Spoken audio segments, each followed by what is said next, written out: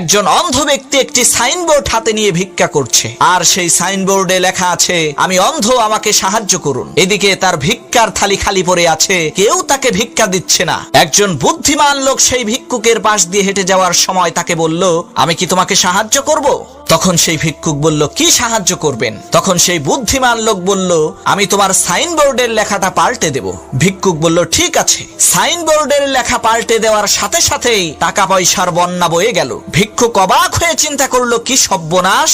ওই লোকটি এই সাইনবোর্ডে কি লিখে দিল, আমি এত বেশি পরিমাণে ভিক্ষা পাচ্ছি। পরের দিন সেই বুদ্ধিমান লোকটি ভিক্ষুকের কাছে এসে বলল, কি অবস্থা ভাইজান? ভিক্ষুক বলল, ভাই, আপনি আমার সাইনবোর্ডে কি লিখে দিয়েছেন যার কারণে আমি এত বেশি পরিমাণে ভিক্ষা পাচ্ছি? তখন সেই বুদ্ধিমান লোক বলল, ভাই, তুমি যেটা লিখেছিলে আমি সেটাই লিখেছি, শুধুমাত্র শব্দের মধ্যে পার্থক্য। তুমি লিখেছিলে, আমি অন্ধ, আমাকে সাহায্য করুন।